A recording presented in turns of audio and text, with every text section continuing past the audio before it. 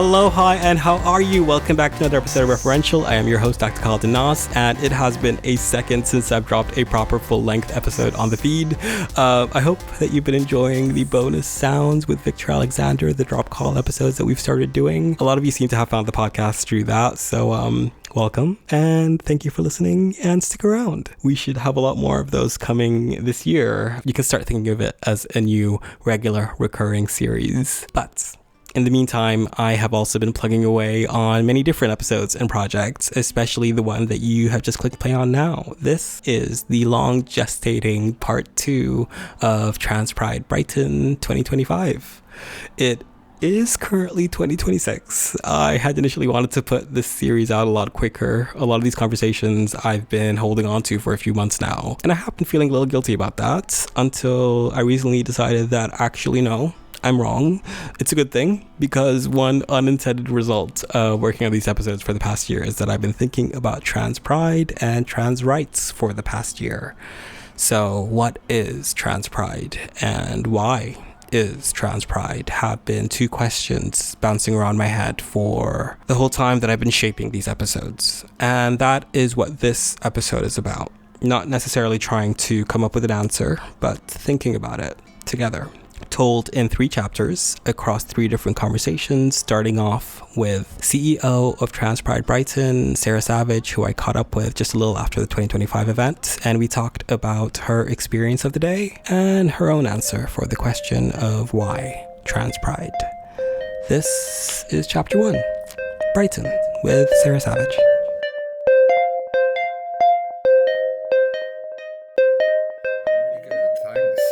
Yeah, I had a couple of weeks after Trans Pride of just chilling, ignoring emails. And then one of our committee members, because we're an international committee of trans activists, invited me over to stay on their farm in the middle of Spain. I'm currently being kept company by 4 cats, 4 dogs, 3 chickens, and about 8 to 10 guinea pigs. It's great. That sounds lovely. It sounds like the pastoral life. That's the perfect getaway. I have not done that. I've followed up Pride by every other Pride possible, and I was like planning on just doing Trans Pride, and then somehow I've been scammed into attending all of them, and I'm so exhausted, Sarah. I just want to curl up into the fetal position and just cry. I said now is the time of shame. I'm never going to be proud again. Enough is enough. Come to Spain and chill out here. It's beautiful. I am considering it. But yeah, I'm slowly like climbing out of my little hole, and I'm just like, all right, let's get back. I don't look at my emails. This year I didn't really go to any prides. I needed to absorb everything that happened because it was so fantastic. This was by far and away our best fundraising year ever. Orders of magnitude more than we have ever raised. It's been so good. That's great. And beautiful to see how many people have supported us. And it's not come from trans people, it's come from allies standing up and being like, I disagree what's happening. This is how I'm going to fight it. And they fight it by giving us money, giving us time as well. The amount of volunteers, we had over 250 volunteers. Yeah. Like everyone has reacted to what's going on with love and with support.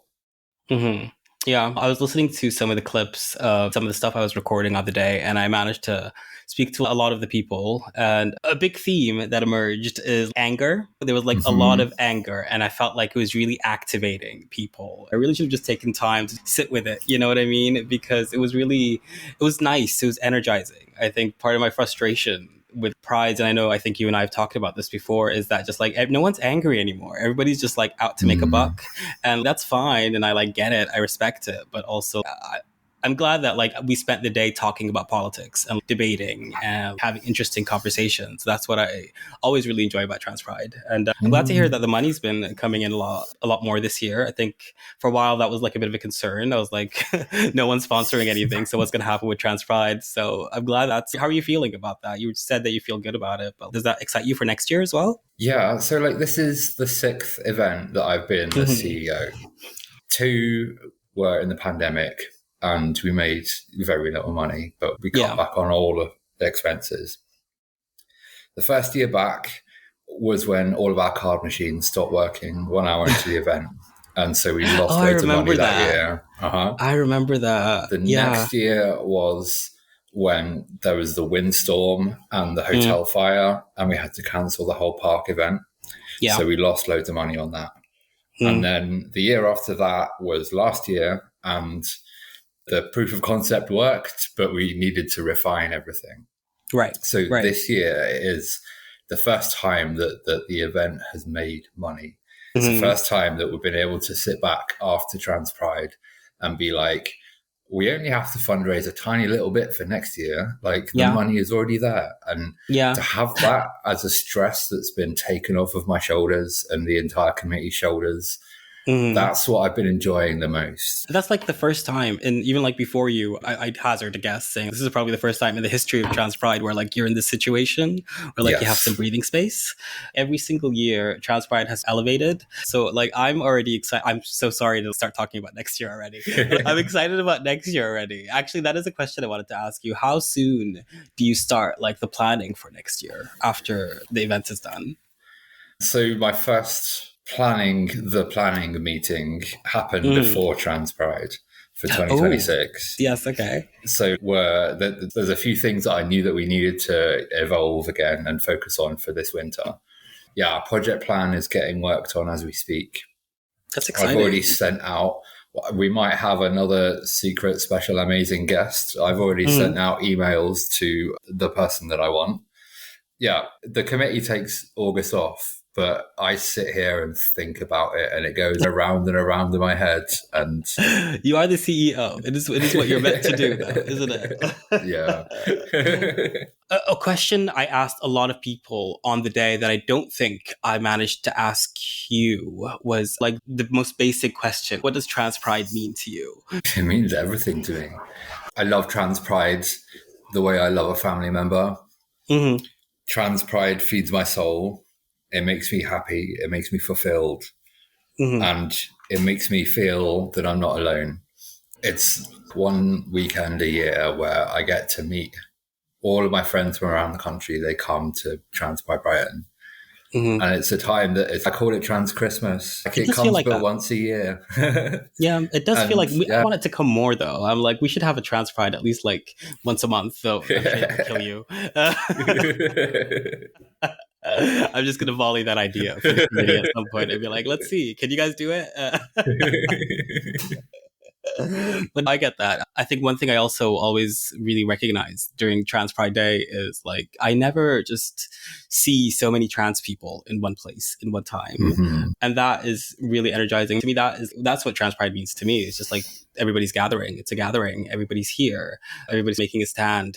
And that's just really overwhelming. I think it took me a while to feel it on the day, but I remember on the day itself, at the start of the march, everybody was a bit scared because it was like rainy and the weather was really horrendous. And then the sky opened up as we all marched off. And then I caught you in the end. There's a clip of you and you were crying. I think you were on your fourth cry of the day.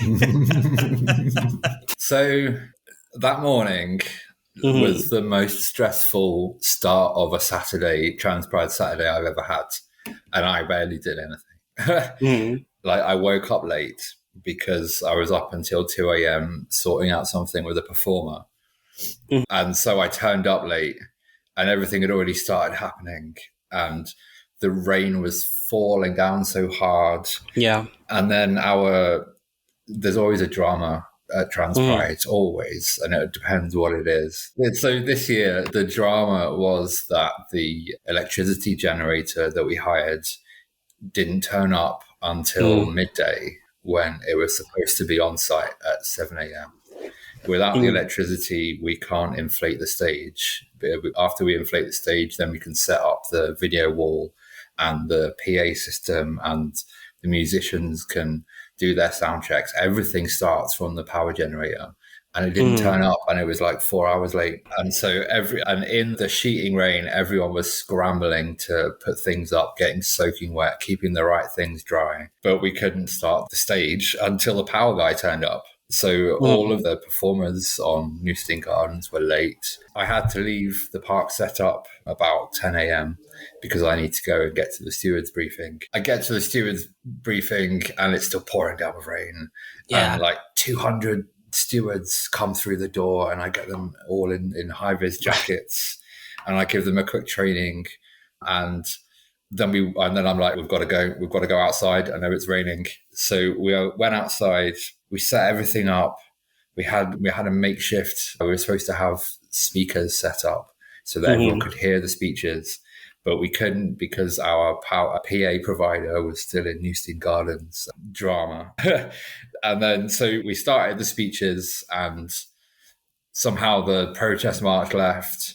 And as we walk along the protest march, like, it's the beginning of something that can't be stopped. My entire 364 previous days have led me until this moment. And as soon as the protest march sets off, everything's in motion. Like, the floodgates have been opened. We can't do any more prep work. We can't do any more anything.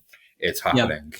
And so that moment for me is the release of the last year's worth of worry, of thought, of ruminating, and of stress. So for me, the protest march is so special because it means that's the moment that everything starts getting chilled and I can start enjoy the moment, the day. Yeah. I think I really feel that. When you were talking, I just had this image of the first time in my life that I was in a queer space, which was, of course, as a Brighton or Revenge, as we all dark days of my youth. We've all been there. I know, but no, it was like I just remembered that, just that feeling that I had, and how, like, I've never really been able to approximate it ever, but I really do feel like Trans Pride is like the closest I've come to that, because starting off as young and queer in this city specifically, I think at least me personally, I came to Brighton specifically because it was like, quote unquote, the gay capital of the UK, right? It was the queer capital of the UK, or whatever it was. And so I had these ideas in my head about, the community that I'll finally find and I'll finally access. And I remember that first night that I had, feeling just like really within myself all of a sudden in a way that I've never been before. But then the longer, and I'm sure you've experienced this as well, the longer you spend time in Brighton, you also see how, while that is true in some cases, the way that, like, the community actually operates in Brighton is, like, it's very segmented and everybody goes their little corners. But there are, this used to be, and I might cut this out, but might be like the official Pride was like that for me initially, but also that sort of ended up occupying the same space where, like, it almost became faded glory in a way, because a lot of, like, it did, because I think a lot of the roots, the stuff that I needed from it, like the idea of community, that stuff just ended up becoming, like, fading away, and I ended up seeing, like, the actual reality of it. But in all my years, and Trans Pride has been here for a while, and I've been involved, or at least or an attendee in most, if not all of them. I think I skipped 1 or 2 years by accident. That still exists as it is for me in a way that is, and I mentioned this earlier about how, like, I never see so many trans people, so many queer people, so many people that are just, like, existing in this one space of the city until Trans Pride. But, like, I think I'm trying to verbalize here is just, like, how it just makes me feel really present. It makes me feel like I belong in a place that I don't often feel like I belong in. You have a very different experience of Brighton, I'm sure, as, like, someone living here than I do. But I wonder if you feel anything similar there. Yeah, totally. Say more. It's a little different now that we're in two parks. I remember when we were in one park and everybody was together no matter what. Yeah. So I think what I love about it now, being in two parks and at the Dome, is the fact that we take over the city centre. Right now. Yeah, I live on St James Street, right? Or just off St James Street. And so I walk up and down there every day, and I always see a trans person or someone who's probably non-binary or something. But to see it when there are cisgender people who are in the minority walking up down St James Street, to see when it's everywhere you look, there are trans people and there are trans flags and there is support and there is kindness and a generosity from people who attend, who are all there to have such a good time. One of our, like, guiding principles really is not that as a Pride event we should be there to educate people. We're there as a Pride event to create a space where community can meet each other. We focus on, like, free entry. We focus on having our rules so that they don't restrict anyone who's coming in with their unregistered service animal or whatever sensory needs they might have. We focus on lifting up those who need it the most in our community. And we focus on giving them a great day, because if the people who have more needs have a great day, then the people who don't have any additional like accessibility needs or whatever, they are going to have a great day. So it's very much a rising tide raises all ships type approach. Yeah. And I think that's really great. Oh, sorry. I was just going to add that I think there's also like something in there about offering space to people that are, like you were saying, aren't factored into the equation a lot. And this is an event about offering space to people who are majorly not factored into the equation. And so what I really love about the atmosphere of Trans Pride and like what you're talking about, the sort of segmented aspect, is that there is a place for everyone. If there's a space, like you're saying, for the neurodiverse, for the people who, like me, get very overstimulated and then just have to like sit at the family park and just like rock myself for 5 minutes before I go back and talk to people. No, I really appreciate that. I think another thing that I really want to hit on is there's also like an aspect of the day that, to me anyway, feels like almost a show of force or power. You know what I mean? That is very much in the spirit of Trans Pride as well. Yeah, the BBC said that we had 30,000 people on our protest march. And while that might not be as big as London Trans Pride or whatever, it's still enormous. And it's 30,000 people. Yeah, it's 30,000 people marching through the streets. That is a lot. They're saying we're not going to stand for this. They're saying I am going to stand for my trans friends. It's not just trans and non-binary and intersex people. It's people who have had enough with what's going on with the human rights of trans people in this country. It's allies. It's people who probably won't even describe themselves as allies because they see themselves as standing up for an injustice. And that kind of motivation, that reasoning for joining our protest march and for helping us take over the entire centre of Brighton, I think that's really powerful because it's so easy to be alone and it's so easy to feel like you've got no support and it's so easy to, catastrophize what's happening at the moment. But to have that memory to draw on from in future when you're feeling low, you can think about the time that you went to Trans Pride and there were tens of thousands of people who were there who would fucking ride or die for you. Yeah. Yeah. So powerful. It's also because of all those people being there. One thing that I walked up and down the march as it was going 4 times, I think just like recording everyone.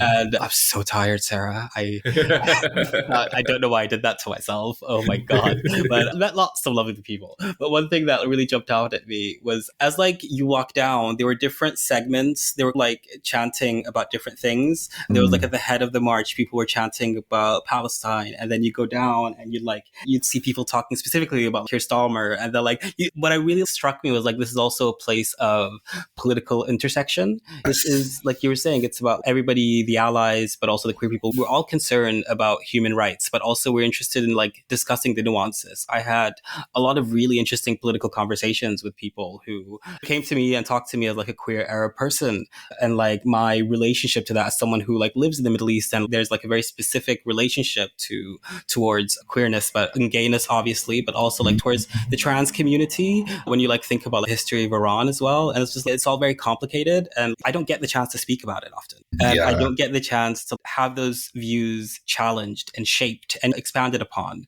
and that's just like something that I feel really grateful for. Trans Pride feels like a conference to me as well at the same time. I think is something that is missed. So if anybody from the UK is listening, I'll advocate you're like really interested in just like having some interesting conversations. And what's great about it as well is that like you can disagree with people about things, but then like most of the time, I know there's been some drama that happened, but most of the time people will actually sit down and talk to you through and change their minds. There's a lot of people there that are willing to like change their minds and evolve, but I don't know, that's nice. Yeah, it's amazing because I know trans people who've come and spoken to me and they have disagreed with how political Trans Pride is from pretty much the opposite end of the spectrum from where you and I probably sit. Yeah. And I've had that opportunity to explain why people are feeling like this. And I might say, perhaps you're quite privileged and you're not feeling the same pressures that others are. And it's a really good opportunity to speak with some of these people, be like, you're not radical, but we respect that. But this is how we want to do change. This is how we want to bring it about. You've got your own way and that's perfect and that's great for you. There's no single right way to affect change. But it's also like recognition of my way is as necessary as yours in this present moment, really. Yes. On that topic, actually, I think a lot of the conversations on that day that I had, and one big theme that emerged is what's happening at Wellbeing in Brighton, which I know that you had a conversation with Dr. Sam Hall that is online on your YouTubes, but I was wondering if you could give us like a little overview about what's going on there and like the relevance to Trans Pride. Wellbeing has thousands of trans and non-binary patients who are in the city. In the past, directed by Dr. Sam Hall, they've put in place an entire trans healthcare team. It's such a beloved institution amongst trans people, and it gives us the help that we're actually looking for rather than taking a one-size-fits-all approach. BN has huge ties with our community. And what's happening with Sam is really sad because he's the one who's created all of this. So I'm not sure exactly what's going to happen with whether or not it's going to stay open or not. But the one thing that everyone is focusing on is making sure that the trans patients have the same standard of care that they've had in the past, whether they be 16 to 18 or proper adults. Everyone's working really hard to ensure that trans healthcare in this city continues to be a national leader. I remember, and maybe this is like speaking from a place of privilege, and I am definitely speaking from a place of privilege on this aspect. I was just really shocked. I was just like, fuck, they've come for Brighton. They started attacking Brighton, and it's like having an effect. And that something about this city I think of as almost like an enclave. We're protected here. This is where the liberals are. But like, I think I really appreciate Trans Pride for really making a point. No, this is where it's happening. We were talking about the end. We were talking about like the turf sauna, all the anti-trans action that is starting to bubble in Brighton that I feel like, frankly, a lot of people glaze over and don't like talking about, but it's really valuable that we do because it's starting to happen. It's starting to happen frequently and a lot and continuously. And it does feel like we're reaching an inflection point, which is why I think Trans Pride is fucking important. It's so necessary. If we could just take it backstage just a little bit. Can you talk a bit about the committee? People all contributing to make this event happen. Yeah, absolutely. So the committee this year is about 20 people strong.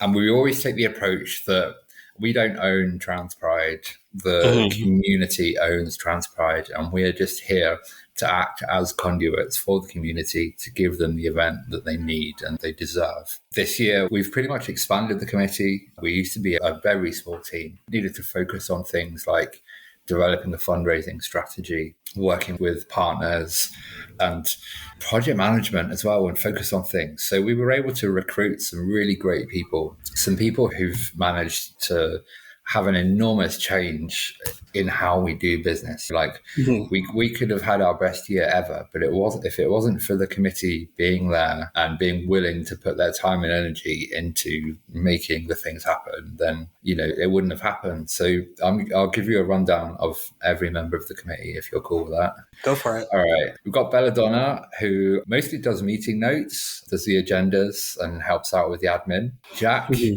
who is the chief meme consultant. We've got Spring, who's been on our project management this year. She's been great.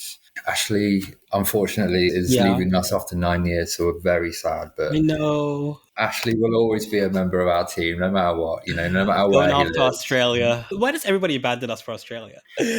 So we've got Cass, who's one of the trustees and leads on all the branding and design. Beautiful stuff. Claire Hancock, she helped manage the family and sober space. Danny, who's a volunteer manager and another trustee. We got Dave, who has been our union liaison person, who's managed to help us get really great links and friendships going with trade unions. Ella, who is a student and who has helped us deal with all of the club night fundraisers that have been happening all around town. Fee, who's our stage manager, our head of performances. They do an amazing job every year. They do. Freya, who's again a new person this year. She's been helping out a lot with the project management. We've got John, who's helped out with social media management. Emily, who comes from very auspicious arty circumstances in London and Edinburgh. She's been helping us with our partnership program. Lucy, who's our treasurer. We wouldn't be able to do it without Lucy. Lucy set us fundraising targets in January. Having that focus has really helped us with our fundraising success this year. So Excellent. It wouldn't happen without Lucy. And also Luna has been helping develop the partnership program. Amazing job. Max, who has been helping with volunteering as well. Who else? Oh, we've got Phoebe, who lives in America at the moment. She's been helping out with admin in the background stuff. From America, my God. We've got an international team. Seth as well, the community manager who does all of the stalls and all of the comms that goes behind that. Seth's amazing. We've got Teresa, who's our web mistress, and she's been creating all of the amazing content on our website and making it all happen. And finally, Victor, who is our social media manager, who's been last because least. Sorry. Oh, don't say that about Victor. I can say whatever I want about Victor. He deserves it. No, he's in Canada right now, and I really miss him, and I feel uncomfortable about it, to be honest. I sent him a message being like, come back. You've been swapping holiday snaps on WhatsApp. I've just been insulting him with like messages. He likes it. No, I miss Vicky. Yeah, no, that is great. I have 2 questions I will ask you. Mm-hmm. 1, what are your hopes for Trans Pride 2026? For Trans Pride in 2026, I want to see more of what happened this year. I want to see more committee members doing more things. I want to see more people on the march. I want to raise more money. I want to see more bigger stars on our stage. And I want to see more trans and non-binary performers excelling. Elevation. We got to get it. We're going to do it. Yes. I love that. And my second question is, for people who want to support Trans Pride, but they're not in the UK or anywhere near Brighton, how can they get involved? How can they help out? With being an international collective of trans activists, literally anywhere around the world you could volunteer. We have people working from Spain, from America. We've had someone who lives in the Canary Islands. We've had people who live in Holland, all around the UK as well. Most of our work is online. A lot of our organisation is just online stuff. So people can reach out to become a committee member through that way. If you've got a specialisation in something, we'd love to help you volunteer. You could also donate monthly to Trans Pride, which is at transpridebrighton.org/donate. This helps us throughout the year. Everyone's a volunteer, so nobody gets paid. So it helps us do more things. Yeah, your money isn't getting wasted or it's not being wasted, but your money isn't getting spent to some wage hole somewhere. It's being spent on things that make a clear and enormous difference to trans people's lives. Exactly. Also, like, it's spent on the day itself. You see the money there. Is it bad that I say, and I really wish, I do want you to get paid for this. I really sincerely do. But also, I do like the idea of a pride where we're literally just doing it for the pride aspect. We're doing it for the day. Because that is, unfortunately, has become a massive rarity. And I'm not going to go into my reviews of all the multiple prides I've been to this year, but just maybe off air, I'll do that. Just so you know, I have thoughts. I have feelings, and Mariah, I have questions. I'm kidding. And that was the one and only Sara Savage. You can find Sara Savage online everywhere at Sara Savage. That is OHSARAHSAVAGE. You could also find her on her website at sarasavage.inc, where you could pick up her new book, Jackie Trolling and the Evil Human Rights Commission. I highly recommend that you do. If you would like to donate to Trans Pride Brighton, just scroll down in the show notes of wherever you're listening to this episode and click the link. There should be one there. And an extra thank you to Sara Savage for making my job a little easier and giving you a preview. She is actually the person who helped get me in touch with Dr. Sam Hall, local hero, who will be guiding us through this second conversation. Dr. Sam is the former lead clinician at Brighton's Wellbeing Practice before stepping down from the role last year amid an NHS investigation into gender-affirming care for under 18s. When I reached out, I wanted to talk to him about the history and future of Brighton's Trans Health Hub. That ended up also spinning us into a conversation about autonomy, narrative violence, and what to do when hatred visits your home. This is Chapter 2, Homefront, with Dr. Sam Hall.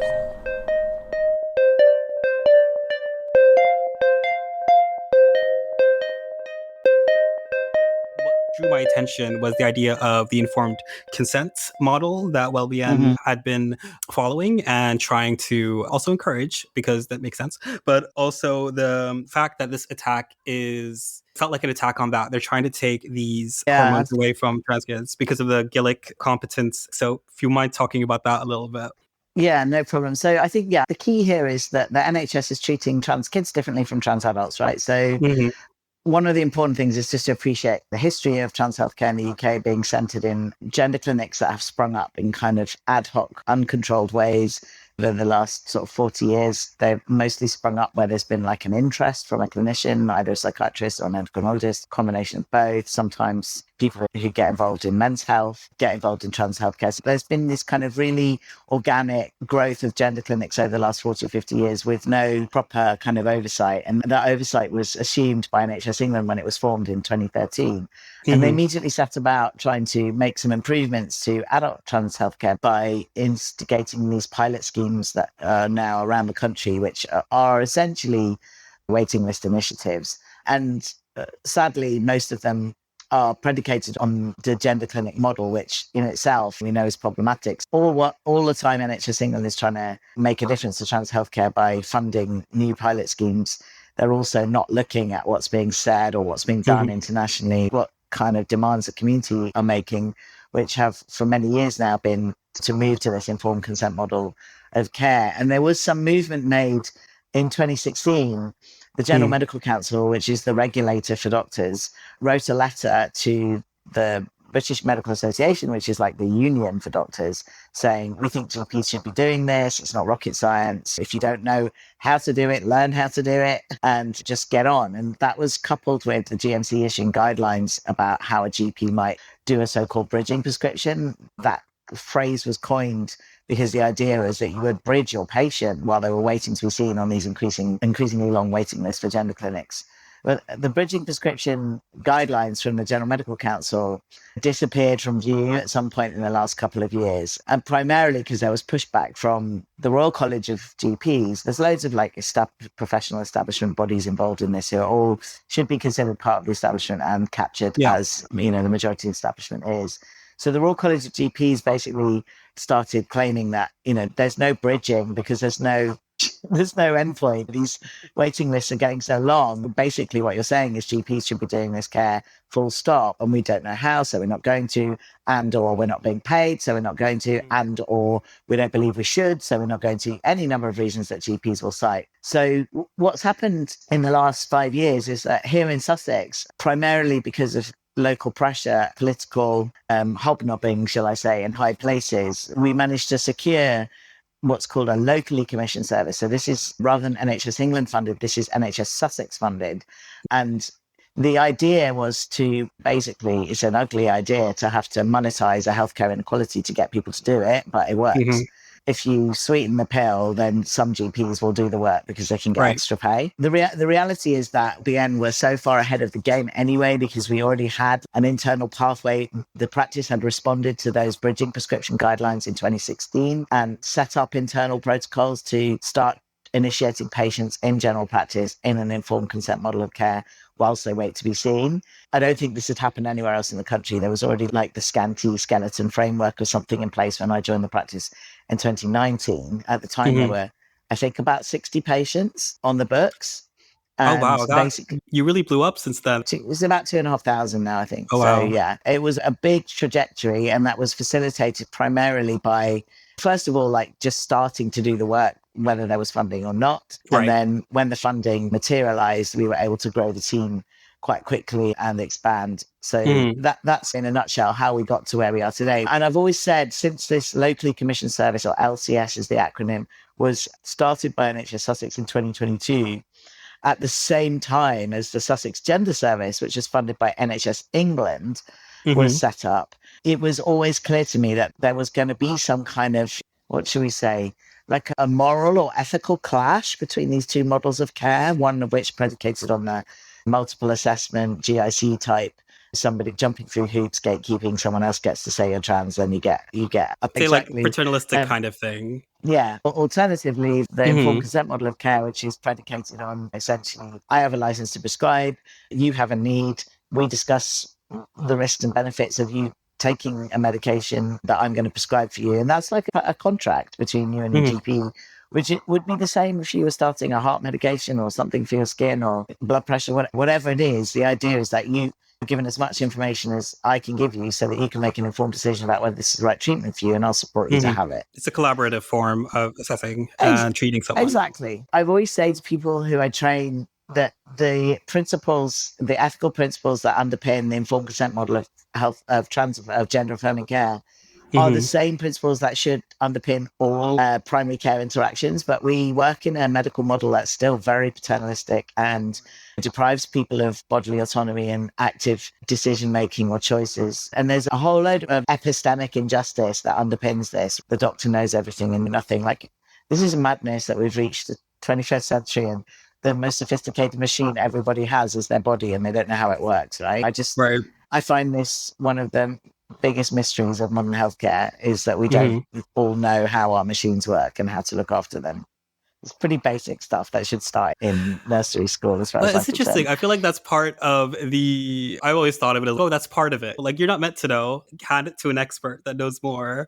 And I get that when it's your washing machine, your phone, or your car, but it's your body. Like, we don't have a more sophisticated machine, and the only person that can really take care of your body is you. So why the hell do we hand that over to other people? I get that it's a model that we've all grown up with, and that is essentially the basis of all modern Western Orthodox healthcare, but it isn't necessarily the right one, in my view. So we've got this situation now where there's a well-established informed consent model of care, and in amongst all of that, although NHS Sussex funding for this via the LCS is for 18 and over, they did at one point say that we could deal with 17 and over on this pathway because of the shutdown of the Gibbs Clinic and the new children's clinics not being opened in a timely fashion. And there was actually a genuine hole in service provision, which was really quite a big hole in chronological terms, because, of course, kids were waiting on the list for the old clinic when it shut and just got transferred onto a waiting list for the new clinic when it opened, but still no one's being seen. And one of the things that frustrates me about this whole debacle is that, that it's not like there were hundreds or thousands of kids being dealt with in the clinic that shut down before the CAS review was published. Like, they already had ridiculous waiting lists. Unless you've been referred under the age of 10, you weren't going to get seen in that clinic. They would just shunt you onto the adult clinic at 18. So the reality is that we've probably got like 2 decades or 2 generations worth of trans youth who were never seen in childhood, even though they came out in childhood and were referred in childhood. And I know what it takes to retrieve someone from the poor mental health position they get to in their mid-20s if they've never had gender-affirming care until they escaped from their parents' clutches, or they found somewhere, or they can't afford to do it privately, or whatever it is that people manage to do. So I'm really keen that people get gender-affirming care and as young as possible. And even when I treat 16-year-olds, I sometimes have to hold my breath for a couple of years to wait for them to recover from the trauma and the social isolation and all the other shit that piles on people when they're going through an unwanted natal puberty. It's always been very clear to me that trans youth need to be treated with the same principles that trans adults are treated. Like, this is your body, this is your distress, I can help you with this. And as long as you and I both understand what we're doing, what the risks are, then jobs are good, because this isn't rocket science. So when I started the Trans Health Hub, which is like the outreach pathway of Wellbeing, it's like an organization within an organization. When I started that in 2020, I was insured by my medical insurers to see people from 16 and over, and I was very comfortable with that because of not necessarily Gillett competence in itself, but of the widely respected view in medicine that people age over 16 really should be treated like adults, and unless there's a reason why you shouldn't, unless there's an obvious issue with the capacity to consent or capacity full stop, then you should treat a 16-year-old as you would any adult. And I think that's a really precious principle in medicine, which many doctors would not want to see undermined. And then you've got Gillett competence, which, in addition to the principle that 16-year-olds should be treated as adults and be allowed to give consent without parental permission, the Gillett competence refers to the fact that a child of any age can give consent, provided the clinician who's working with the child believes that they have the capacity. And the capacity is like a decision-specific assessment, right? So And, we're talking about whether you should have this COVID vaccine or whether you should start this puberty blocker. It's specific to that decision. And the assessment as to whether somebody has the capacity to make that decision lies with the assessing clinician and nobody else. If their child is under 16, I will always involve their parents. So there would never be a situation where I would treat somebody under the age of 16 without parental consent. And 3 or 4 different elements to that. Firstly, as I mentioned, clinic competence. Under 16, obviously children can consent, but I wouldn't want to put a child in that age bracket in the position where they're literally at war with their parents, because we know from the little research we have that parental support is a key factor in mental health outcomes and successful transition. Rather than enter into a battleground, I would, if a child found their way to us without their parents who was under 16, I would not see them. I would see them, but I would not agree to any kind of treatment without the parents being involved. And actually, it's not impossible to get parents on side in a gender affirming space, explaining, helping them to understand, advocating for their child, etc. So quite often then people would come to our clinic and go away and go to one of the private providers to access treatment under 16 and then bring their private prescription back to us. And we would take over that private prescription on the NHS in what I would call a best interest decision. The fact that the NHS is not providing a route for this doesn't mean that there shouldn't be a route. So we've made one, if you like, by saying, okay, we can't initiate your prescriptions, but we can send you to a private provider. And then when you come back with a prescription from a private provider, we would say, that's not really a safe outlet for your gender affirming care. You haven't got access to clinicians to talk about your blood monitoring easily. Obviously, it's costing you money. Getting blood taken is really difficult with a private provider. So we believe it's in your best interest to have this care brought under the umbrella of the NHS so that you've got good access to high quality care close to home, etc., etc.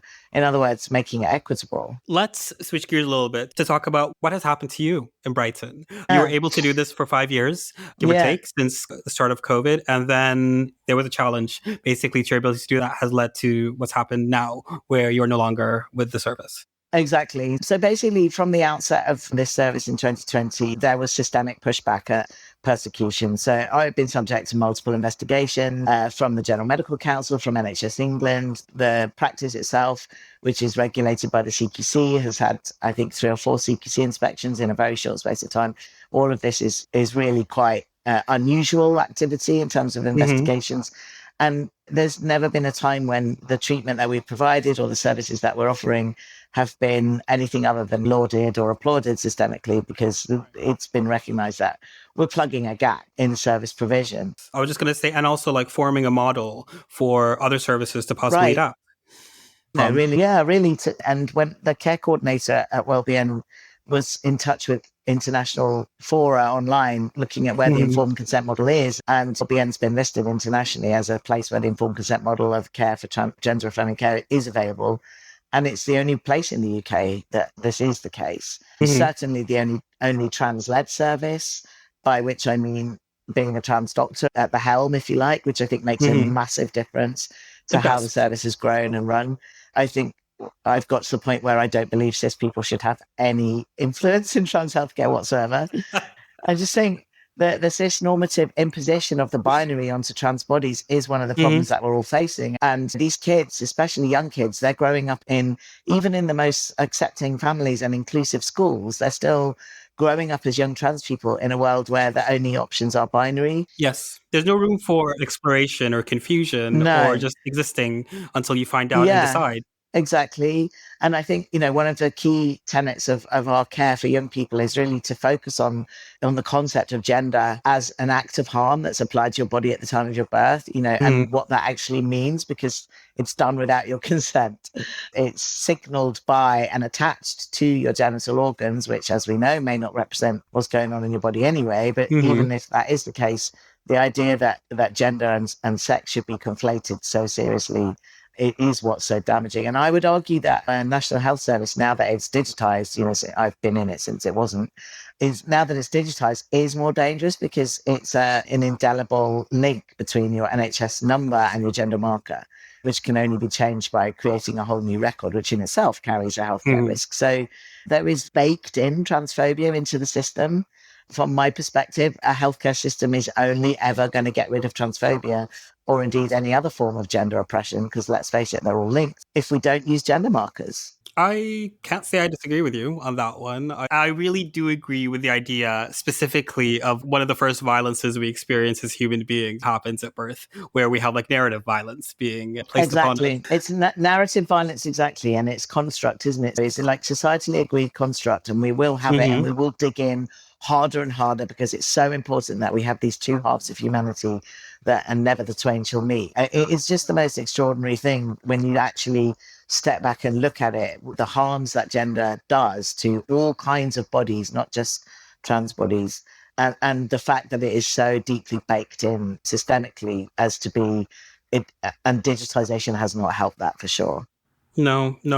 One thing I do want to hit on is the fact that WellBN in Brighton was one of the first services that occupied the position that it did, which in my mind, it makes sense why WellBN is the place that got hit first in terms of being targeted, because I think there is a bit of a symbolic significance to that, specifically when you look at, I don't know whether I can get you to talk about this very much, but you look at where the money is coming from to push this kind of challenge that is trying to... Oh, no, I'm absolutely happy to talk about where the money is coming from. And I think there's been, within the trans community, there's been at least a decade worth of research looking at the right-wing money flows, and especially the alliances that we're seeing like ADF. And the problem we've got at the moment is not just one person, although he is very vexatious. There's a right-wing Christian evangelical lawyer who was responsible for the Kira Bell court case, which, you know, is the playbook is very clever, right?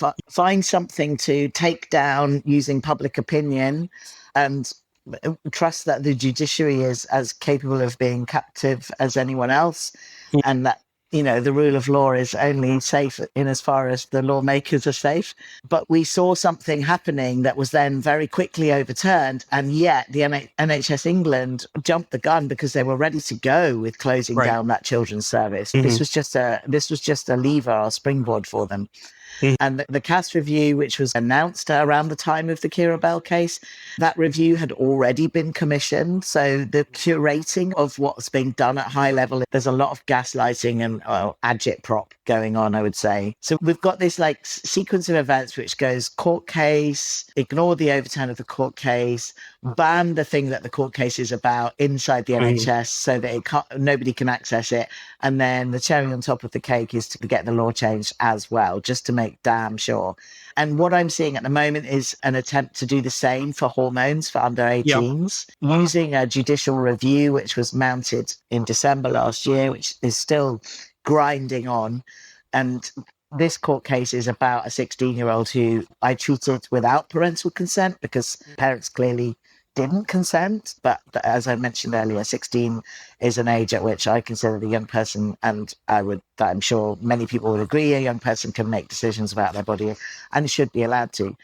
Right. So what we've got going on at the moment is, again, this right-wing push to secure the banning of hormones for gender dysphoria or gender incongruence for under 18s. And I think that's the thin end of the wedge, because it's an openly discriminatory thing to not allow trans youth to have hormones when cis youth do get access to hormones. And I think when you boil it down to some of the treatments that we're using now, especially without puberty blockers because they're not legal, essentially we are talking about the use of contraceptive pills essentially for all bodies because they work as blockers. And if you're looking at something as simple as a contraceptive mini pill and you're saying a cis girl can have it but a trans girl can't, then I think the discrimination becomes much more kind of open and obvious. But people will still disagree that trans kids should be allowed stuff because they're trans.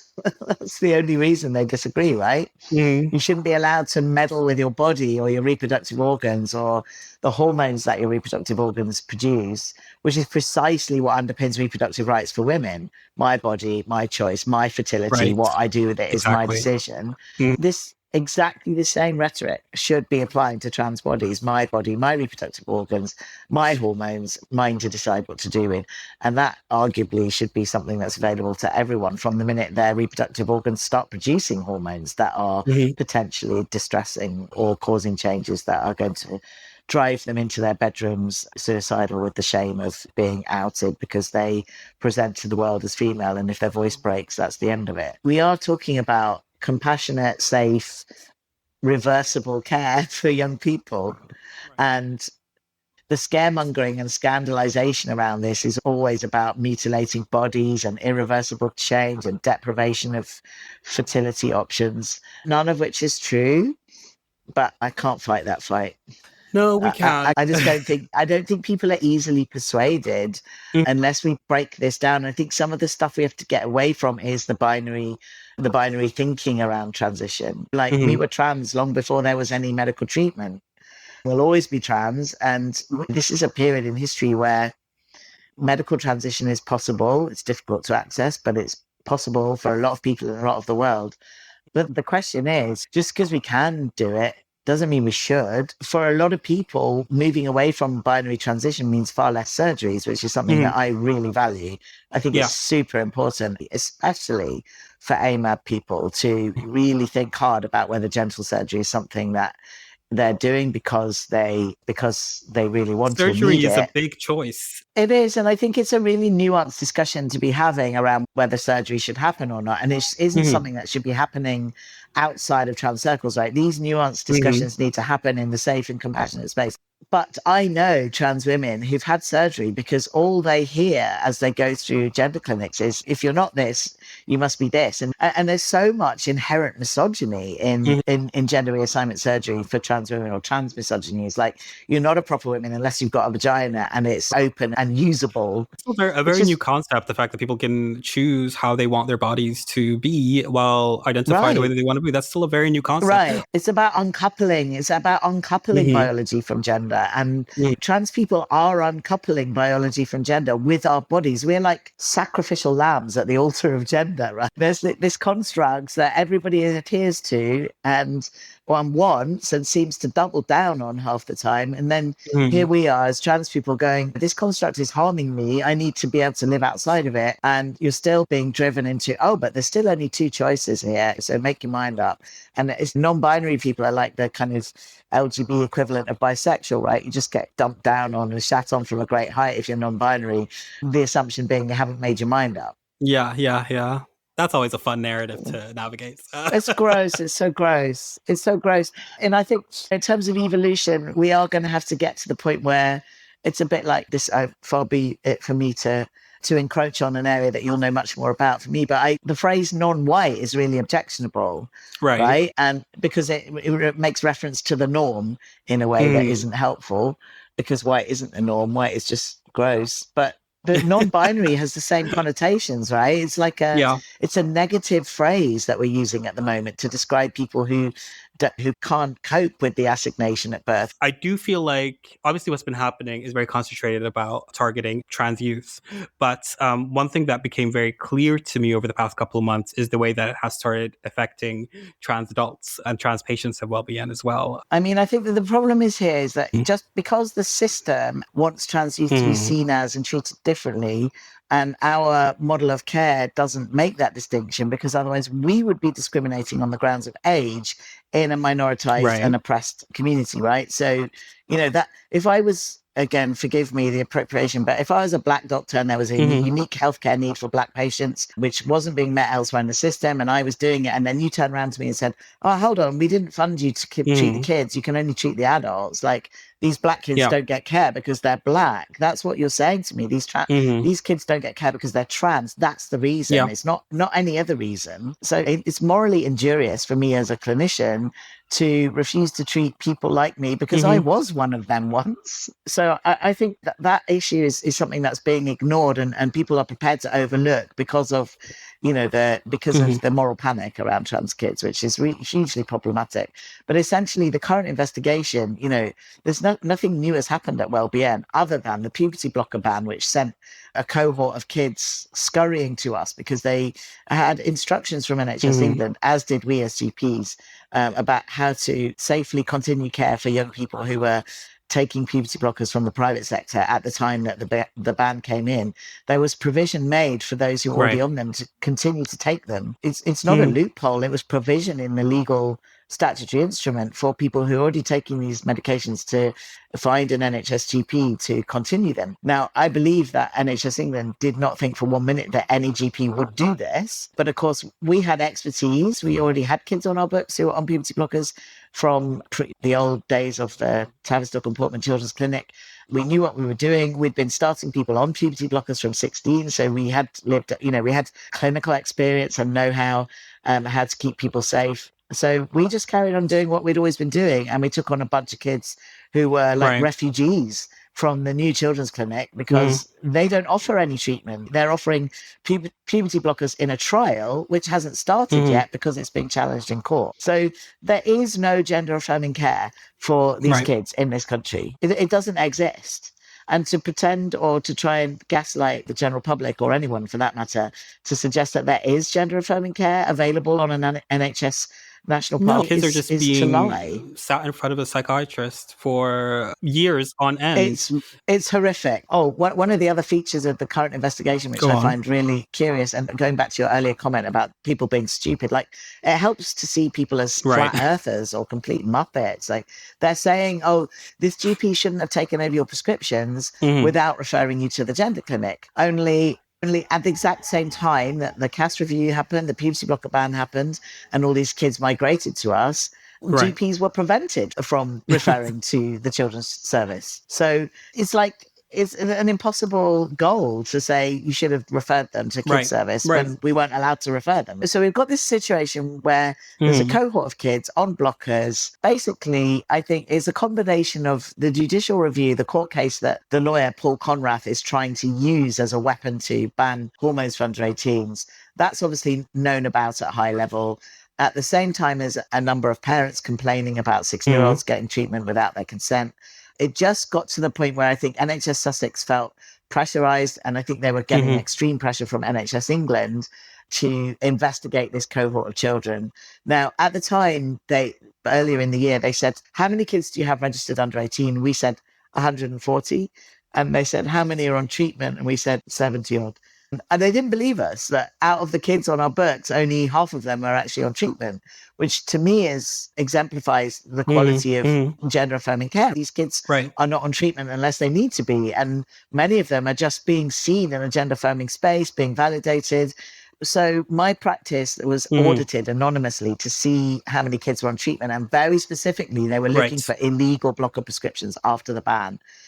Those audits have been done 4, 5, if not 6 times this year. It's like they're trying to magic an illegal prescription out of the air so that they can actually punish me for something I haven't done. They're not going to find any illegal prescriptions. I'm not stupid. I'm not a bad doctor. I'm actually a pretty good one. Why would I do something that's against the law? Especially when they have other alternatives that are equally as efficacious. And that's one of the things I think is really important message at the moment is last year, because puberty blockers were the moral panic, the message to young trans people when puberty blockers were banned is that you cannot be trans. Like somehow being able to get a puberty blocker was synonymous with being trans, right? And that's also really dangerous. Like these kids need to hear that they're trans, whatever medication they can and can't access. And getting a puberty blocker isn't the be all and end all. Like there are plenty of other ways. And there are also many adult people whose bodies never saw a puberty blocker and we're fine. The messages out there for trans young people are really difficult because one of the other problems we're facing is very well-meaning parents of trans youth who, as I mentioned earlier, are operating within binary thinking themselves. So they can, sadly, parents, however supportive they are, can perpetuate the binary and perpetuate the shame around being openly trans.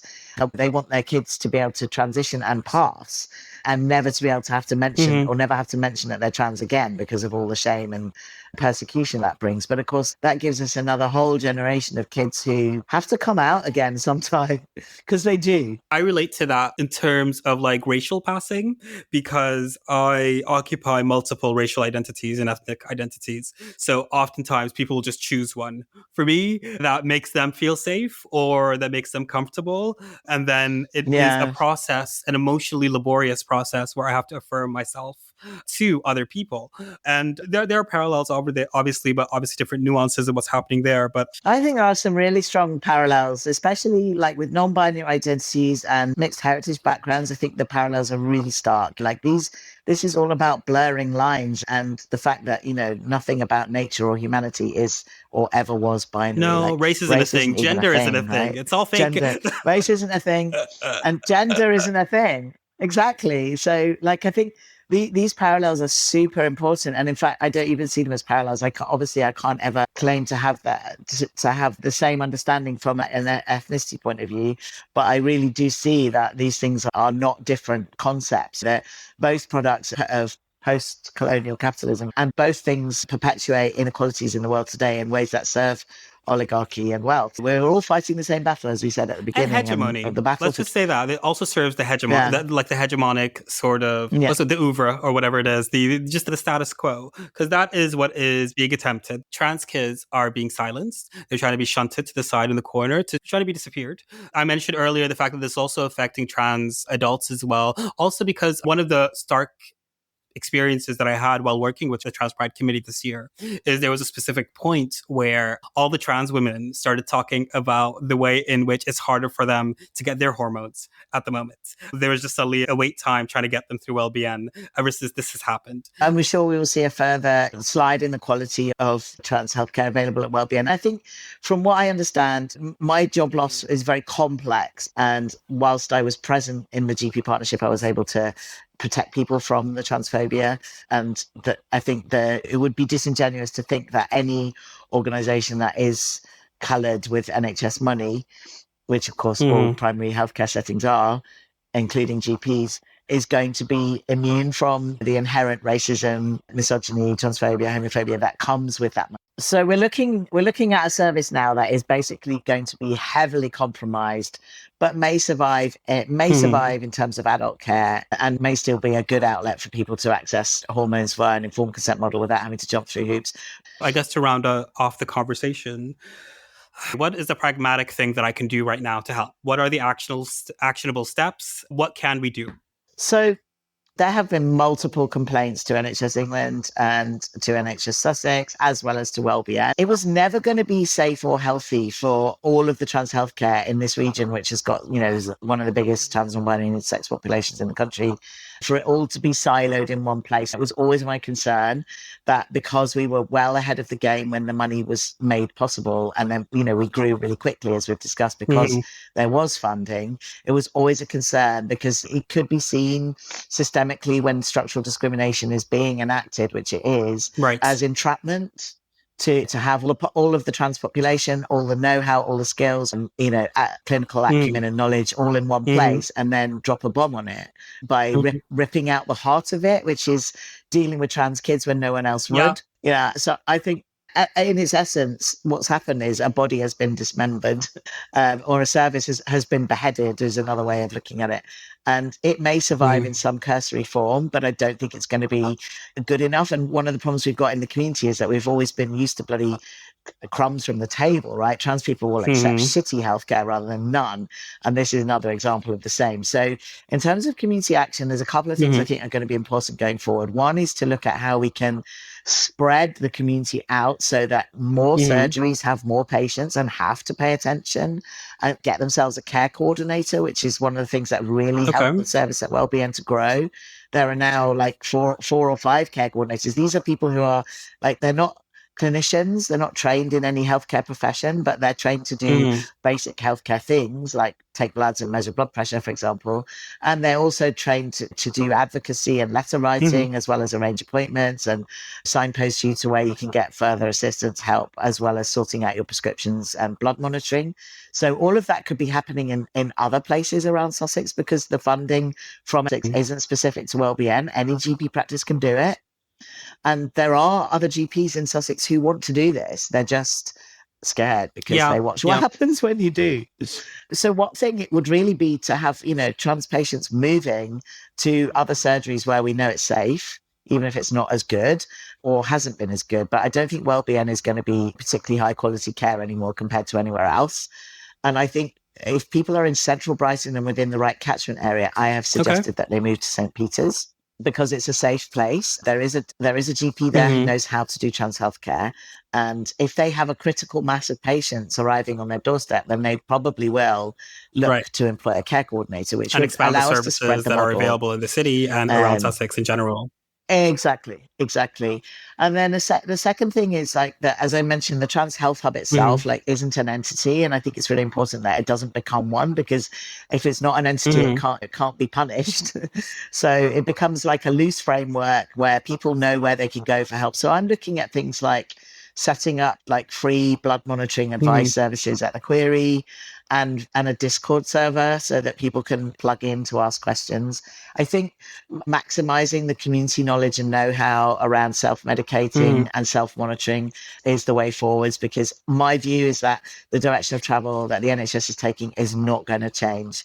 They want to annihilate trans healthcare, or make it virtually impossible, and capitalize on that while they're doing it. So you can make a huge amount of money by exploiting the bodies of people. Similar in the States, like there are big contracts in places like Detroit and Chicago to look after Black people, healthcare contracts to address inequalities, and they go to massive organizations who mop up these huge contracts, but the care output at the other end is really questionable. Then earlier this decade, you did it out of PPE. Later in this decade, you're going to do it by setting up a trans healthcare contract, which doesn't actually deliver a care output. Even the Sussex Gender Service are struggling to do that, right? They see people off the waiting list from the main gender clinic, or gender clinics, plural, and they go for a much easier assessment. They've tried to really dampen down the kind of the gatekeeping patriarchal model. But if you live in Hastings and you see the Sussex Gender Service, you'll get a letter saying this patient has gender incongruence, blah, blah, blah. We advise this prescription of estrogen. And then the GP just goes, no. And that's the point of this attack, is to empower that person to say no and not be able to be challenged. While you, someone who might say yes, are just ousted. And unfortunately, that's where we are. Any negativity in the healthcare sphere, whether it's the Kira Bell case, puberty blocker bans, has a knock-on effect on trans adults, with GPs just jumping on the bandwagon and going, that's it, fuck it, I'm not going to prescribe anymore. It's just leaning into all that unconscious bias or conscious bias. And like, we don't need to try very hard to extend that beyond the trans community. This is happening here first. It's going to happen to every other sort of isolated community. We see it with ADHD, we see it with overweight, we see it with all manner of other issues, actually. And we see it in disadvantaged cohorts, asylum seekers, refugees, people living in poverty. You see it with women, you see it in LGBT people. I don't know who our healthcare service does serve. Yeah, I'm not sure either anymore. Apart from it's not me. It's overlords. It's not me anymore. Exactly. I think it serves someone who's trying to make a lot of money. And that's usually the case for all these things, unfortunately. Absolutely. On that note, I do want to ask you, is there something specific that you have not said or covered at the moment that you want to make sure that is in this episode? If I was going to picture a kind of utopic outcome to this, if you'd asked me 6 months ago, I'd be like, I need my job back. I've been pretty badly traumatized by this experience. You know, I am just a grown-up one of these kids, and I'm feeling it, or I'm embodying the trauma that these families and parents are experiencing right now with the threat to remove their healthcare, or at least that you know, they're being assured their healthcare isn't being removed. They're just going to be sent to their children's gender clinic. But as we've discussed, you know, this involves 3 to 4 hour appointments with 3 or 4 clinicians at the same time, children being forcibly separated from their parents, and no trans affirming care whatsoever. It's a stalling tactic. Yeah, absolutely. And I've seen a letter now from that clinic for an 18-year-old, you know, referring this 18-year-old to the adult service, and the letter actually recommends that this child young person isn't offered a medical transition as a pathway in adulthood because their gender dysphoria is related to childhood trauma. I mean, this stuff is sickening to hear. I think I spent the early part of, the middle of last year when these kids started coming to us, these parents were asking for referrals to the new children's service. And as I mentioned, we weren't allowed to do those referrals, but I was on the fence about whether it was the right thing to do. But more recently, I've actively discouraged people from being referred to this service because I've seen the actual psychological harm that's done by these services. And it's brutal. These kids shouldn't be allowed anywhere near this clinic. Yeah. And we say protect trans kids. This is what we're trying to protect them from. These things that are happening. Absolutely. And, you know, from my perspective right now, if you're trans youth today, given what's going on, the best that you can do, or that your parents can do for you, excuse me, is not to present yourself as trans to NHS services. And that's a very hard thing to say. After 32 years of working in the NHS, giving my life to this system as a doctor, to actually say to people, it would be better if you didn't disclose this within the NHS. That's horrifying. I understand where that's coming from, though. I really do understand where that's coming from, because one of the things that I find myself saying a lot to the queer students or community that I have, this is what's happening. What do I do? Whenever they ask me, like, what is my advice? What's an actual thing to do? I was like, find the queer people around you and find out how you can serve them and how they can serve you. Yeah. That is, I think, unfortunately, like I said earlier, we're in this crunch position where, like, the institutions, the systems are now fighting us and whatever progresses we managed to make over the past couple of years. And that's right. I hold out hope that eventually we're going to have, like, there's a crunch, eventually there's a boom, and eventually we'll get back to a place where we are pushing forward again. That is not where we're at now. And I think on that I think that's right. I think we should be really realistic about the future. I don't think the NHS has any intention of making trans healthcare or gender affirming care more available rather than less on the NHS. I think it's something that I've long accepted that I may not see a resolution to in my lifetime. But I think it's very important now that we've given young people the tools and the language and the space to come out, that we now protect them. Because, that generational trauma, unfortunately, lots of older trans people coming out in adulthood or didn't get care in childhood, like pointing, like literally punching down, I didn't get help, so you shouldn't have it either. And I hear that a lot even in the trans community. I know that people are very angry with me for looking after kids because their perception is that I've jeopardized their access to care. I didn't have this and you're taking away mine. Yes, oh goodness. That is such a horrible position to be in. I know. I'm so sorry. It's still very much a live issue. And I think the problem is for AFAB people, it's coming out of the mouths of AFAB people more because it is easier to transition as an AFAB person, no shadow of a doubt. And it's always going to be trans femme and trans female people who suffer more in the trans community, always. And they are and will be. Like the kid who's the 16-year-old who is the source of this current court case, her words to me at 16 were, if my body masculinizes anymore, I will never walk the streets safely or freely. And I'm like, dude, I'm giving you the treatment. Like, why would I not help you with that? Yeah. It's insane. So I really resent trans adults having this attitude, but I also understand that it is inherited trauma, and we have to look at how many decades now people have been deeply harmed and start to undo it piecemeal. But it definitely starts with the kids. We need these kids to be okay. Yeah. And I think on that note as well, let's also just make sure to mention the way that AFAB trans people happen to be the ones that are most erased as well from narratives about absolutely. That is compounding it, so it's not, in a way. I know, it's ironic, isn't it? Because what in trans circles is life is easier for AFAB people, but as soon as you like take an optical view from externally, then AFAB people don't even exist. People can't listen to me as a doctor because I'm a woman who's gone mad. It's more tolerable in the medical profession. Trans women are probably more respected and listened to, but that's because they don't realize that's also really transphobic, because they're just being listened to as a man who's put a dress on, right? Rather than a trans person. So we stuck in hell. We can't win either Dr. way. Sam, we are stuck in hell, and I've had enough.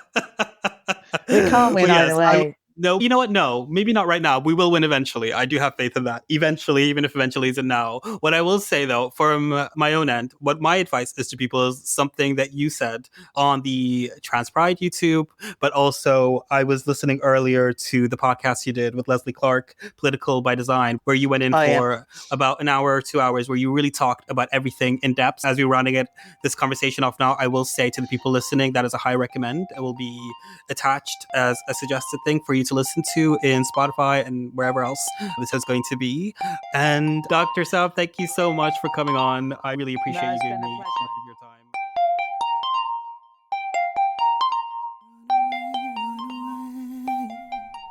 For those of you who caught it, and many of the young of you did not, the riff that you've been hearing in the Trans Pride episodes is lifted from Small Town Boy by Bronski Beat. So that song was the first single from their debut album that came out in 1984, entitled The Age of Consent. All right, so Age of Consent, a bit more context. Homosexuality was decriminalized partially in the United Kingdom in 1967. At the time, the age of consent for homosexual acts was set at 21 years old. Bonus context, in Scotland, where Jimmy Somerville, lead singer of Bronski Beat, was born, homosexuality was not legalized, quote unquote, until 1981. I've been thinking a lot about Bronski Beat and the age of consent, and especially how gay activists who were pushing for this in the 80s were being framed as predatory by conservative narratives. I've been thinking about that, especially because of how similar it is to how trans people are being talked about today. I like to think of all struggle as interlinked, because it is. I actually find a lot of comfort in that because it means that we can show up for each other. That is what I felt when I was hearing the Trans Pride March chanting for Palestine. I felt less alone in my queerness and my Arabness and my blackness. And to have all of that happen at once is rare for me. Which brings us to chapter 3, where I sat down with local punk band Phat Problem, who were scheduled to perform at Trans Pride, but never made it to the stage after member Frankie was arrested for supporting Palestine just a little too loudly. I talked to Frankie and the band to get the story of the day and why they felt like it was important to stand on the Trans Pride stage especially and speak up for Palestine. This is chapter 3, Trans Problem with Phat Problem.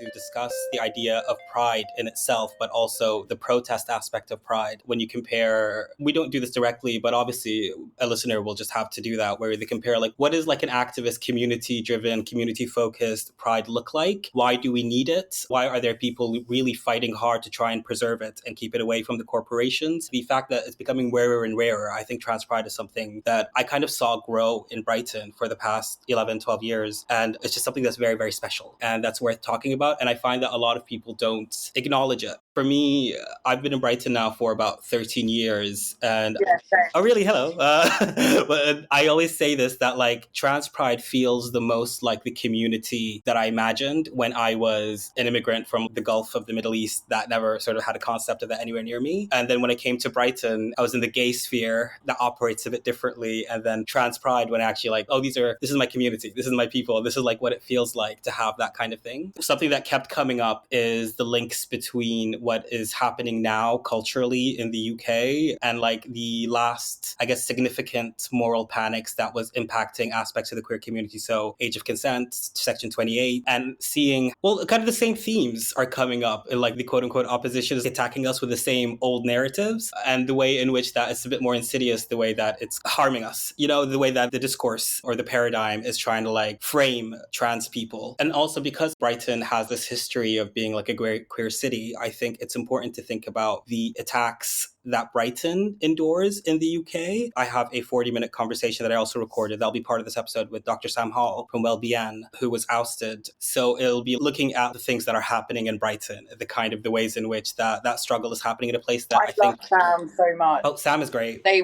gave me my HRT and they speed processed it, and you know, every person I know who's young, under 18, that's who they go to, and what they've done to them is absolutely, appalling, you know. It is appalling, it is shameful, and it is under discussed. Like only the few queers who it affects, it's like that Wellbeing is my practice, you know, like it's right around the corner for me. And like the way it has subsequently, like this attack on trans youth went on to impact trans adults in the area. I know there's a lot of people that are like dealing with prescription delays and reassessments because of all of this. And the way that was like a very intentional consequence. They can't get blood tests to get their HRT. Like there's so many delays because you constantly, do you know what I mean? It's an ongoing process with HRT. So many people are getting delayed. If they miss a phone call, then they've missed their HRT. People don't realise how much it, you know, affects. And Wellbeing is like a very small practice, but Sam was saying how it's 25,000 clients at the moment. And it's people outside of Brighton as well who are trans people using this service specifically for that because of how revolutionary the Trans Health Hub was. What I kind of wanted to focus on is the way the idea of the child is being used to attack our community, but also to erase the trans child themselves. And the way that all of the struggle, the stuff, the discussions that we were having, like we were on the streets talking talking about Palestine. We were talking about the genocide, the way that that is very relevant to everything that's happening because these struggles are interlinked. Sorry, I'm monologuing now. Creating a mosaic of struggle is what I've been calling it so far. But I mean that in a good way. Like, I would love to hear what you and Sarah talked about, because she completely believes in and still fights to this day. It's so beautiful to see what she's done. It's such an inspiration. I think getting to know Sara through this has been like one of the best parts. Yeah. And also, like, I'm around all these people like you who are doing amazing things all the time and who I find really, really inspiring. And I want to talk to you. I want to get that on record. God damn it. So I guess we kind of started to the spiel, but I guess hello. But yeah, can you, first of all, we kind of like jump straight into it. Can you tell me who you are and why you're joining me today? Okay. Hello. Get it out. I like a giggle. My name's Frankie. My pronouns are they, them. We're Phat Problem. You didn't say that. Yeah. Phat Problem. If you don't, you do now. I'm Red. Pronouns are they, them. Hiya. I'm Nick. He, him. Hello, I'm Oscar. Pronouns he, him. Hiya. Just to make sure I have it. Frankie, Ren, Oscar, and Nick. Right? Red colour. Red. Sorry. Where's the... I got called Greg. Someone heard Greg. Someone heard Greg. No. Red. I'd claim it, honestly. Red. My thing, I've been in Brighton now for 13 years, and after a while, I really struggled with trying to explain my name to people, but also just like how to say it. So I'm just like, I have different names all over the city. Isaac to some, I'm Timothy to others. And it's okay. But yes, go on. So you're Phat Problem. You're a punk band that is based out of Brighton. You started off here, is that correct? Yeah, Brighton based. We started here. Yeah. We turned 3 years old a couple of days ago. No. Happy birthday. And you were involved with Trans Pride Brighton 2025 this year, or you were meant to be. I didn't get the chance to talk to you about what happened, so I was hoping you'd be able to tell me a bit about that situation. What was going on that day? If you look on the news, they would say that no arrests were made on the day of Trans Pride. Mm-hmm. That is false. Yeah, that was one of the things. So obviously everything that's been happening over with, I guess mainly with Palestine at the moment, the genocide we've been watching daily. I basically saw that beginning of June, was it July? I think it was July. Yeah, beginning of July, 5th of July, 6th of July, they released a bill that no one knew about. They just sort of released in secret about how Palestine Action is a terrorist organisation and you can get 14 years inside being a part of Palestine Action, and then if you had a t-shirt or a sign was seen to support them, you could get up to 6 months in prison. It's ridiculous.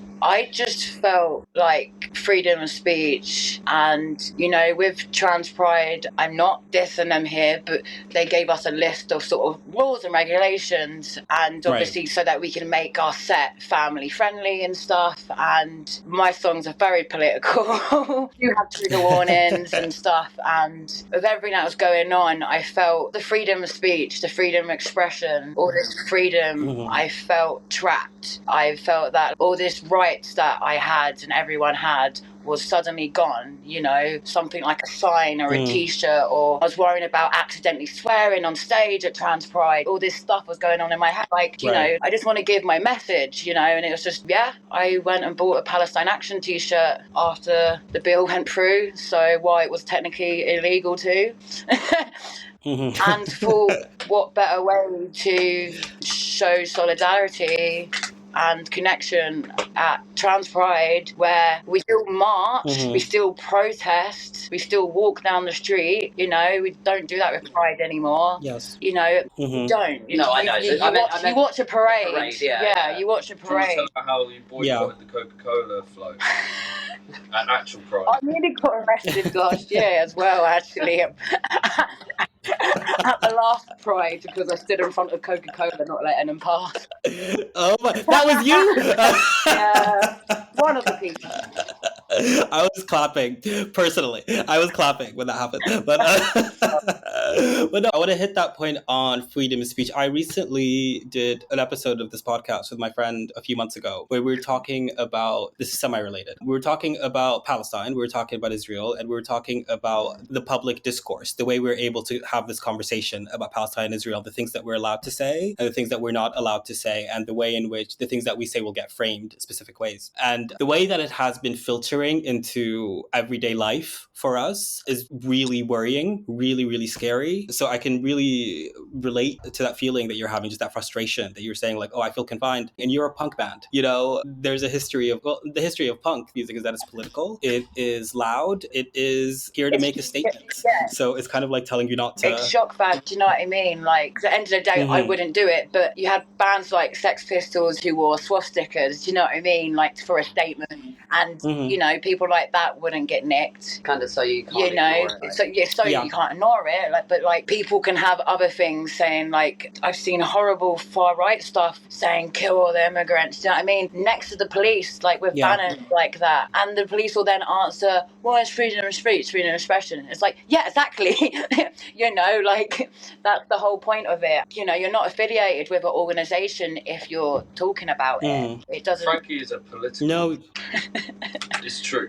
But it's true, though. It is. The other thing was I had a friend that works in a synagogue, and during the time they told me how there was that week in particular when Trans Pride was, there was a bunch of IDF soldiers just in Brighton, and there is quite a lot, you know, and they're here like with their therapists and stuff because obviously they're like traumatized, you know, what's happening, but it's like, wow, you know, this is not known.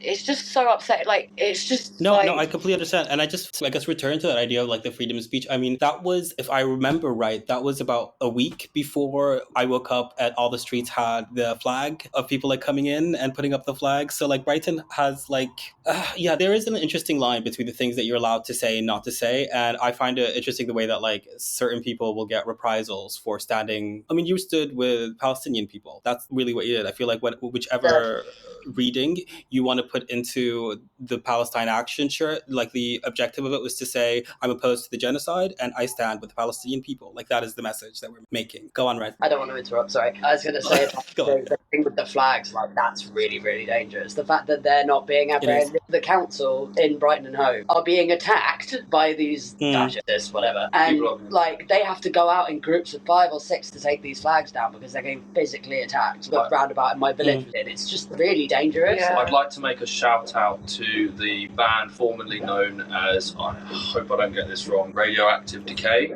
Radioactive Decay. They were supposed to put on a show at my venue, Bunker 11, that's a sneaky shout out, at the Charles Dickens basement recently, and I'll leave it up to the viewer to decide if it was a good idea to video themselves tearing down flags and stamping on them, St George Cross flags, but an army of yob alt-right reform folks ended up driving them to disbanding and cancelling the show and everything else due to death threats and all sorts of other threats, and they're no longer a band. And on the topic of freedom of speech, I find the biggest issue at the moment is the imminent reform government that I'm seeing right in front of our noses. We've got people listening to Farage and Tommy Robinson, and I know they don't like to associate with each other, they're spinning the same rhetoric, and J.K. Rowling's obviously, I don't know how much involved she is in reform, but I wouldn't be surprised if she is, but I think she's got her eyes locked on the trans community. People now feel that they are more safe and comfortable to say these absolutely atrocious things about the LGBTQ community, and obviously everyone, all the immigrants coming in, all these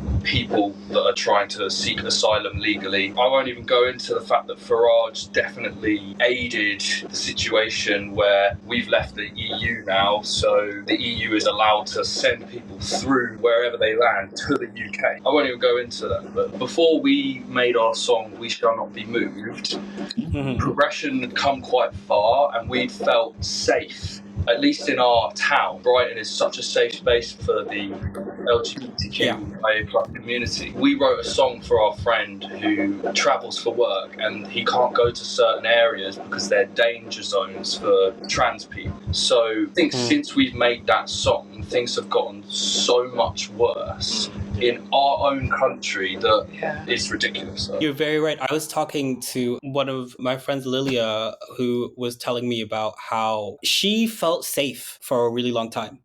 She felt like things were going to get better. And then all of a sudden, things have flipped. And she ended up dealing with sort of the back effect of that. Semi-related to that, one thing I find really interesting about punk specifically is the uncompromising aspect. So I was wondering, like, where does that come from for you guys, that sort of we're not going to be compromising about our beliefs because it's a rarity, you know, you're entertainers. Where does that come from? Why do you feel like that's important? The right people will stick with us. Yeah. Punk was queer from the start. Yeah, I think the word punk was a derogatory term for queer it's people. a reclaimed time ago. It's reclaimed, isn't it? Yeah. Right, but I think it's funny how original punk in like what's the 70s was this reaction to hippie culture where it was like anger and frustration and shouting, and it's kind of gone the other way now. You feel like to rebel against the society is kindness, and it just feels horrible. There's so much anger and hatred that the punk scene is just about mutual aid, cooperation and kindness, and you think, how is this, you know, an act of rebellion? But it is, and I think that's the current stage of it right now. In the most nicest way, people are sheep, you know, people follow.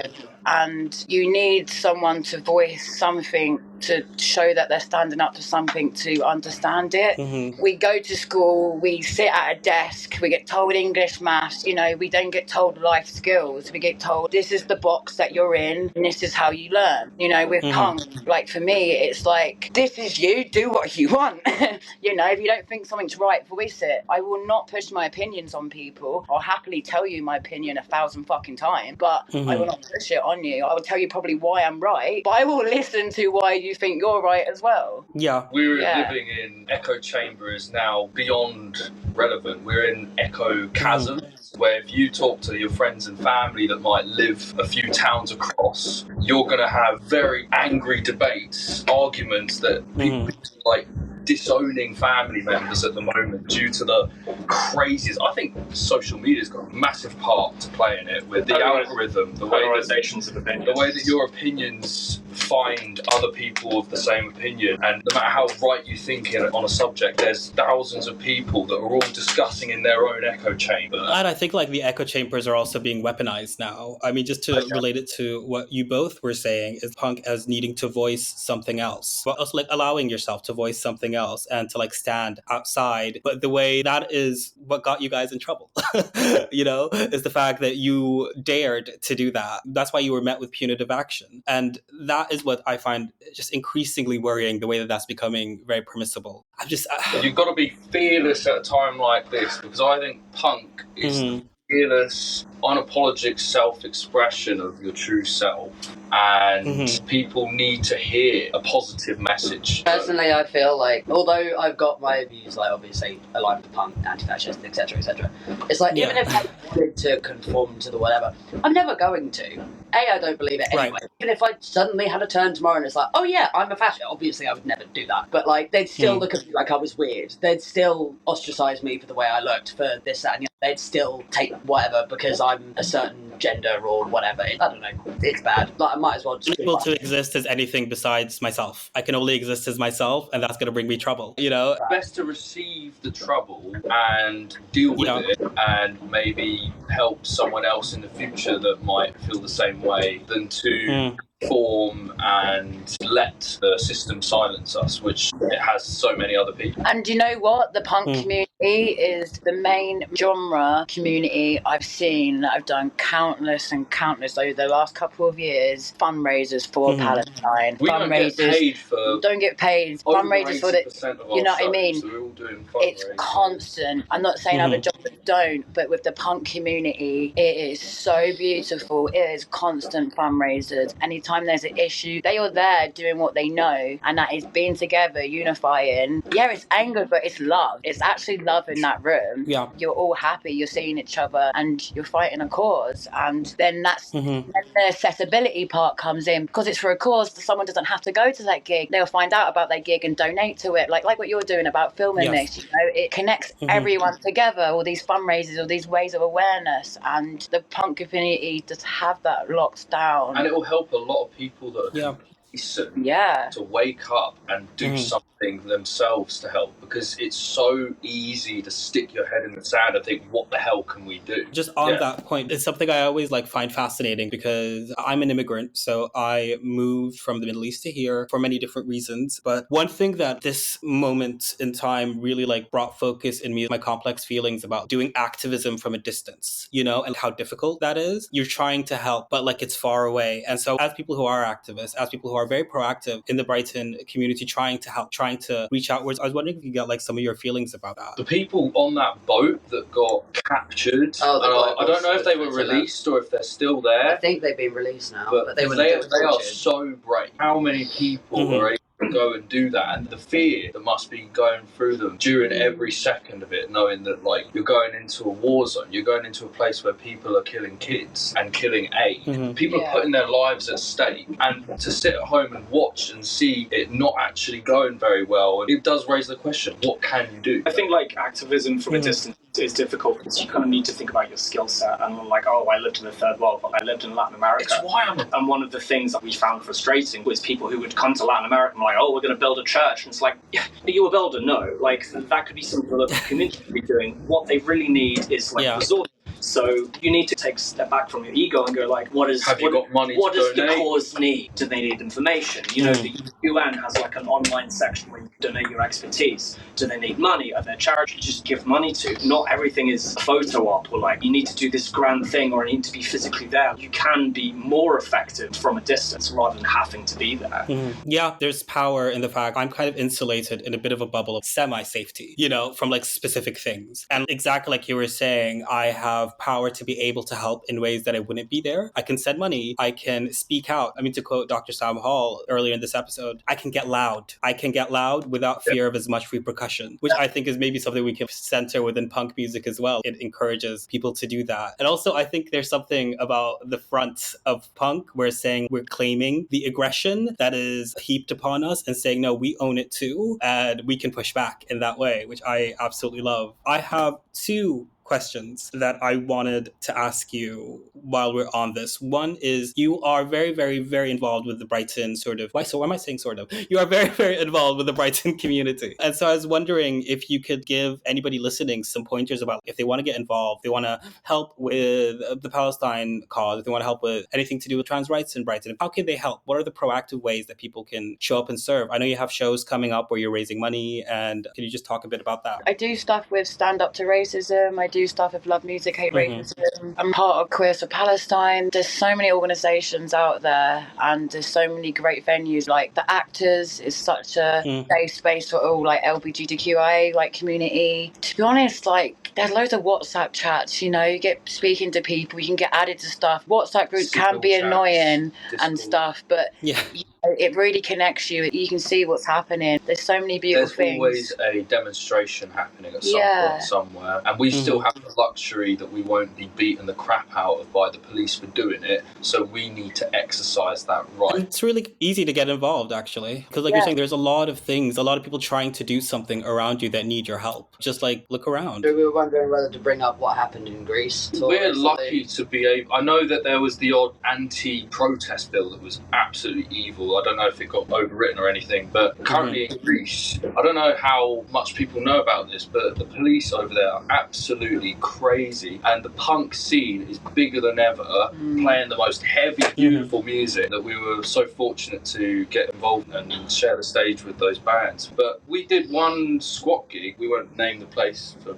reasons, and they all got arrested and beaten the crap out of after the show the next day for attending a demonstration. Because of everything's going up, and because English people or American people, the Patriot are all being immigrants and raising prices, but their minimum wage is still at €5. Everything's going up. So we need to fight against that direction that we could be going and keep protesting, go attend shows that are raising money, donate if you can't go. If you don't have money, you can always put something on. I know many people that have been putting on shows for the first time ever just to help, and they've been sold out just because they did it on the right night. Look into what your rights are. A lot of people are scared of doing things because they don't know. When I put this t-shirt on, the band didn't know much about it, but I told them, I could get 6 months for this. I knew what I was doing. I knew the fact putting that t-shirt on could land me in prison. It still can land me in prison.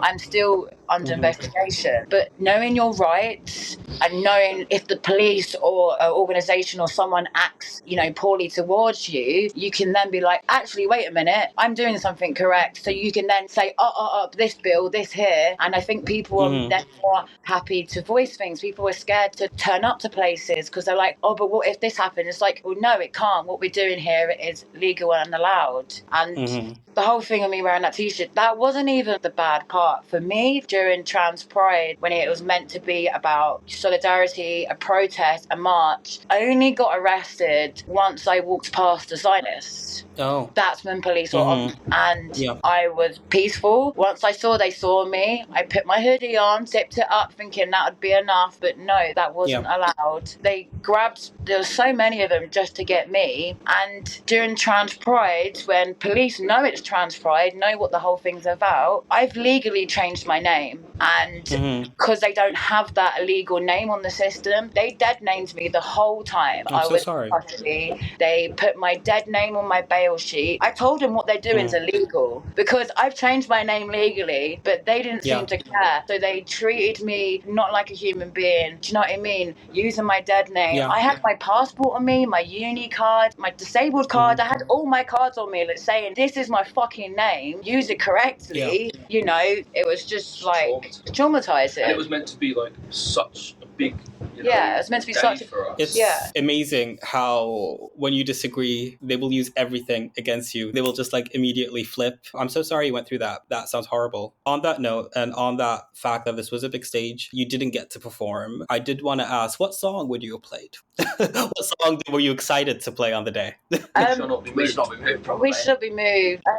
I was excited to play Cheap Shot, but there's a few swears in there, so I didn't know how we would play it. But We Should Not Be Moved is our protest march. Great. That will be the song that will send us out, and we'll send out this Trans Pride special. So thank you so much. I really appreciate you for giving me your time. I'm going to stop the recording. I think I got anything, but before I do that, actually, is there anything specifically that you feel like you didn't manage to get in that you wanted to make sure to say? Go on. To answer your question about if there's any advice to people trying to help, it might be a bit obvious, but just be nice. Be a nice person. Respectful. Even for those you disagree with immensely, because I see it countless times where people that are doing the right thing but letting their emotions get the better of them are being scrutinised, and the media is so volatile and sensitive. Doing the right thing, they're and not knowing sensitive, that you're doing they're just the right fucking thing. far right. Yeah, they are sensitive. They are. Knowing that you're doing the right thing sometimes isn't enough to tolerate yourself from any repercussions, and just always be respectful to those that you oppose, and you will not be, I don't know the word, is scrutinised. Everything helps at the end of the day. Like, you can be anonymous, you don't have to be a big loud person. Just someone watching this is someone that's obviously keen to understand what's going on, and just having that open-mindedness and the willingness, it sets the foundation of more and more people thinking like that, and more people doing something. So you don't have to fucking get yourself arrested. Do you know what I mean? Someone just watching a video like this don't be scared to call people up on their shit. Is activism, and have a conversation with people. I think my best advice for someone is find someone that you've never discussed this with and just have a conversation with them about it. Activism can be very big and can be very, very small, like you were saying. And also on your point about being nice, I completely agree with that, because unfortunately now one of the things that we're being attacked with is the social structure. And I think also part of the fact that I think a lot of us are, or at least speaking for myself, are neurodiverse. I think that is one way that people can attack us for it. We're not functioning correctly in the world, and that's an indication of something that is not actually true, or the idea that our politics are wrong. And it's all just silly, stupid. So, and it's all, that's incorrect. But I didn't tie that up as eloquently as I wanted. But I think we got it. Call out your fucking mate. I'm sorry, I'm sat here with my hand up for literally like a minute. I don't care anymore. That's not activism. Shut up, speak up. Shut up. I'm autistic and trying to be polite. Shut up. Go on. If you are a cis male or a heterosexual person or whatever, call out your friends. Oh my god, I'm so sick to death. of people letting slide the casual misogyny and the sexist jokes and the whatever. Because they'll make a joke like women in the kitchen or something like that. Call them out. Tell them they're being a dick. Don't let that shit slide. The reason that this is all happening, well, one of the reasons it's all happening is because people let that shit slide. It's like, oh, well, it's just a joke. No, you turn around and go, well, I didn't find that funny. Why are you making that joke? Because the power you have as a, well, not you, I meant like just to anyone listening. Like, the power you have as a cis man is enormous. They will listen to you. I can scream from the rooftops in my little non-binary whatever in my tiny village that I live in. They're not gonna fucking listen to me. They will listen to you. So if you're really an ally, do it. Do something about it. With love and respect.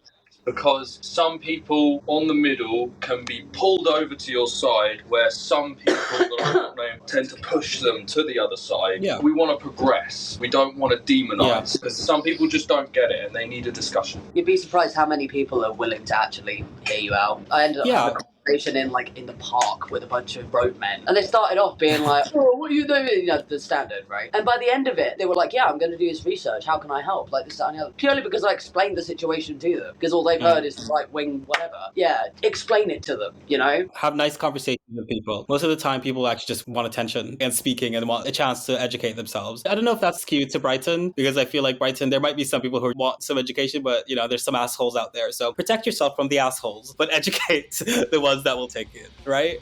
Yeah, I think that's pretty much it for me. Thank you so much for... Thank you.